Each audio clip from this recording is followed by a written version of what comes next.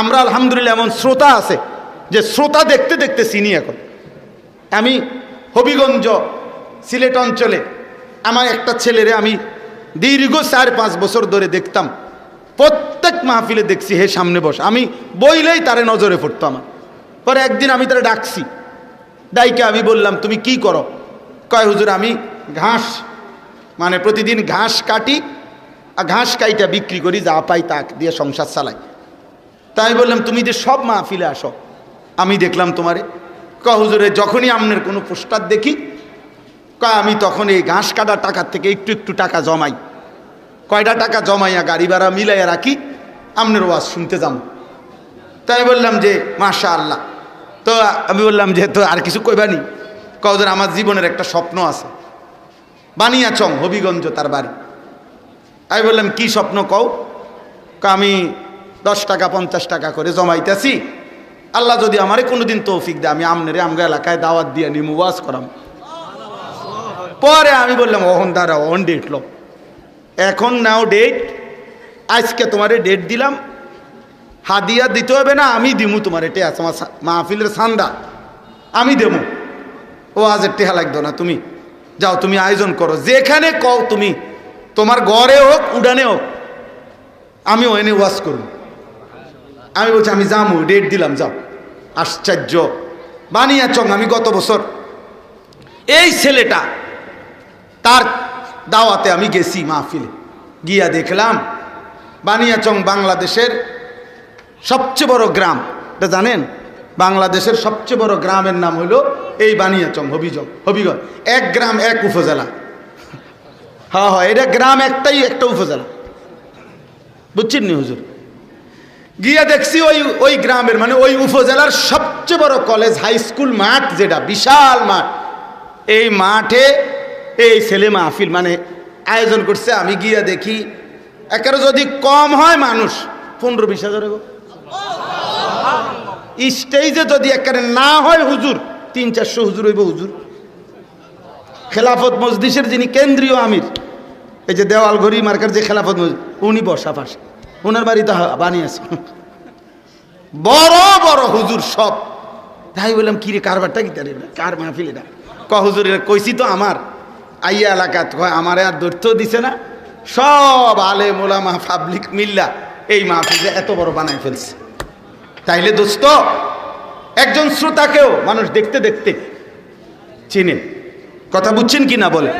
এই জন্য মাদ্রাসার সাথে আপনাদের কাছে অনুরোধ, এই 66 বছরের ইতিহাসে এই মাদ্রাসা অনেক স্বর্ণ ফসল, অনেক সোনার সন্তান, আলোকিত আলেমে দিন উপহার দিছে। অতএব এমন একটি সুন্দর প্রসিদ্ধ ঐতিহ্য ধন্য মাদ্রাসায় দিল দিয়া প্রতিদিন নিয়মিত সব সময় দান করবেন, বলেন ইনশাআল্লাহ। যেন আপনি এতবার আসবেন যাবেন মাদ্রাসায়, যেন মাদ্রাসার ছেলেরা আপনার চিনে, উস্তাদ যেন দেখলে আপনার চিনে, চাচা কেমন আছেন, ভাই কেমন আছেন, দেখবেন ইনশাআল্লাহ। এই কেমন আছেন এইটা আশা করি হাসরের ময়দানও ওনারা আপনারা বলবেন। আল্লাহ আপনাদেরকে তৌফিক দান করেন। চলেন আমার কথা আমি শেষ করছি। আল্লাহ তাআলা বলেন, 3টা কথা বলল। 1, আমি তোমাকে সৃষ্টি করেছি। 2, আমি তোমার অন্তরের গভীরে যেটা আছে তাও জানি। 3, তোমার অস্তিত্বের যেই ফোঁটা রক্তবাহী শিরা উপশিরা এই শাহরক সহ আমি তার চাইতে বেশি কাছে আছি। 4, ইজিয়াতালাক্কাল মুতালাক্কিয়ানে আনিল ইয়ামিনে ওয়া আনিশ শিমালি কাঈদ। আল্লাহ তাআলা বলে, বান্দা 24 ঘন্টা তোমার ডানে এবং বামে আমার 2 জন ফেরেশতা আছে। তুমি ভেবো, তুমি মনে রাখো, যখন তুমি নারী দেখো, ছবি দেখো, উলঙ্গ দৃশ্য দেখো, অশ্লীল ছবি দেখো, নাটক দেখো, সিনেমা দেখো, নর্তকী দেখো, কোনো নারী যখন বেপর্দা থাকে, বেহায়া থাকে, কোনো বাপ আপনি যখন সুদের টাকা গোনেন, কিস্তির টাকা গোনেন, ওজনে যখন কম দেন, মিথ্যা যখন বলেন, চুরি ডাকাতি অন্যায় দুর্নীতি চিন্তায় রাহাজানি, যেই কোনো রকমের নাফরমানি, আল্লাহ বলে বান্দা আমার ডানে বামের ফেরেশতা কিন্তু দেখে, ও কিন্তু লেখে, ওরা লেখে। 1 সেকেন্ড তুমি তাদেরকে আড়াল করতে পারো। তাফসীরের মধ্যে আছে টয়লেট বাথরুমের সময় এবং স্বামী স্ত্রীর মিলনের সময় যদিও এই ফেরেশতারা সরে থাকে, কিন্তু তাফসীরের মধ্যে স্পষ্ট লেখছে আল্লাহর কুদরতে দূরের থেকেও সরে অবস্থায়ও তারা ওই ব্যক্তির ওই সময়ের কর্মকাণ্ড জানতে পারে, লিখতে পারে, জানতে পারে, লিখতে পারে। অতএব 1 সেকেন্ড তুমি আড়াল করতে পারবা না। 5 নাম্বার, মা ইয়ালফিজু মিন কাউলিন ইল্লা লাদাইহি রাকিবুন আতীদ। আল্লাহ বলে, বান্দা এই দুইজন ফেরেশতা তো আছেই, ওরা তোমার পুরা জীবনের 24 ঘন্টার সকল অঙ্গে যা করো ভিতর বাহির তা তো লিখছে, কিন্তু আরেকজন ফেরেশতা আমি আল্লাহ আলাদা রাখছি। এই দুইজনের অতিরিক্ত আরেকজন ফেরেশতা আছে তৎপর চৌকান্না, যে তোমার এই জবানের 2 ঠোঁটের মাঝখানে যে জিহ্বা, এই জিহ্বা দিয়ে যখন তুমি যা উচ্চারণ করো, ভালো কিংবা মন্দ, সত্য কিংবা মিথ্যা, উপকারী কিংবা অপকারী, জিকির করো আর গালি দাও, হালাল বলো আর হারাম বলো, ন্যায় বলো আর অন্যায় বলো, আল্লাহ বলে আমার আরেকজন ফেরেশতা আলাদা 24 ঘন্টা তোমার জবানের উচ্চারণ লিখতেছে। এটা আরেকটা ফাইল হইতেছে। এই 5টা কথা। 1 নাম্বার, আমি তোমাকে সৃষ্টি করেছি, তুমি আমার থেকে ছুটতে পারতা না।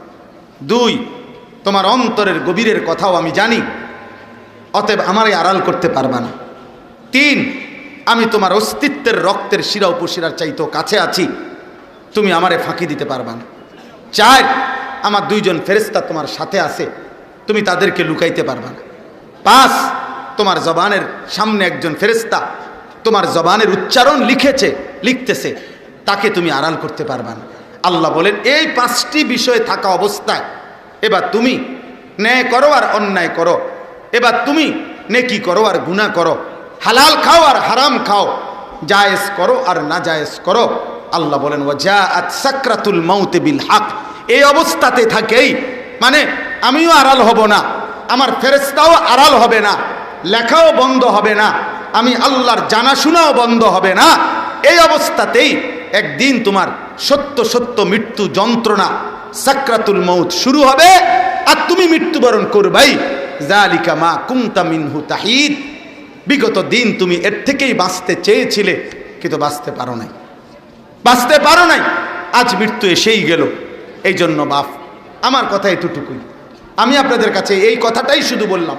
প্রিয় ভাই নওজওয়ান, প্রিয় কিশোর, প্রিয় বাপ, আমার ভাই, আমি এই কথাই শুধু মনে করাই দিলাম। আমি এবং আপনি, জওয়ান কিংবা বুড়া, হুজুর কিংবা পাবলিক, ইমাম কিংবা মুসল্লি, খতিব কিংবা শ্রোতা, আমরা সকলের জন্য এটা কথা যে আমাদের 24 ঘন্টা আল্লাহর নিয়ন্ত্রণে, আল্লাহ তাআলার তত্ত্বাবধানে আমাদের সেকেন্ড সেকেন্ড ফেরেশতা লিখতেছে, দেখতেছে।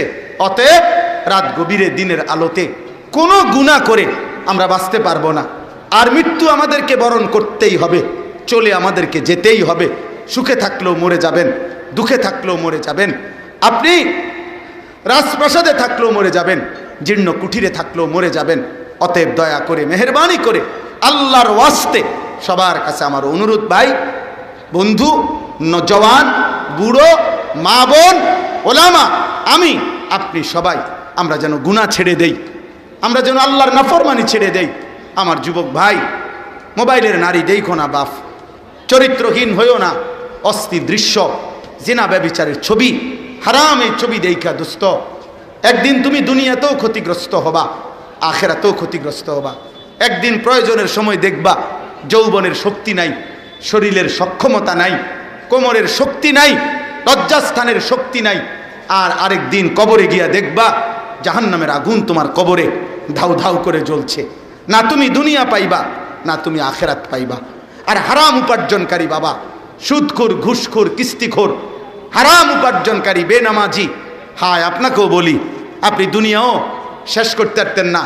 এত বাটফারি সিটারি কইরা আল্লাহরে ডাকেন নাই, নামাজ পড়েন নাই, 24 ঘন্টা কামাই রোজগারি 2 নম্বরই 6 নম্বরই কইরাও আল্লাহর কসম আপনি অভাব শেষ করতে পারতেন না। আপনি মরার পরেও, আপনি যেদিন মারা যাবেন তারপরেও আপনি কবরের থেকে শুনবেন আপনার ঘরের দরজা ভাঙ্গা গেছে, বাথরুমের দরজা মাঝখান দিয়ে ছিদ্র হইয়া গেছে, জানালার গ্রিল ফইরা গেছে, সিটকারি নাই, ফ্রিজের তলে দিয়া পানি পড়ে, মানে হাজারো সমস্যা থেকেই যাবে, অথচ আপনি কবরে চলে যাবেন। অতএব হালালের উপরে থাকেন, হালালের উপরে থাকেন, হারাম রোজগার কইরেন না, অবৈধ উপার্জন করবেন না। আল্লাহ আমাদেরকে তৌফিক দেন, কবুল করেন।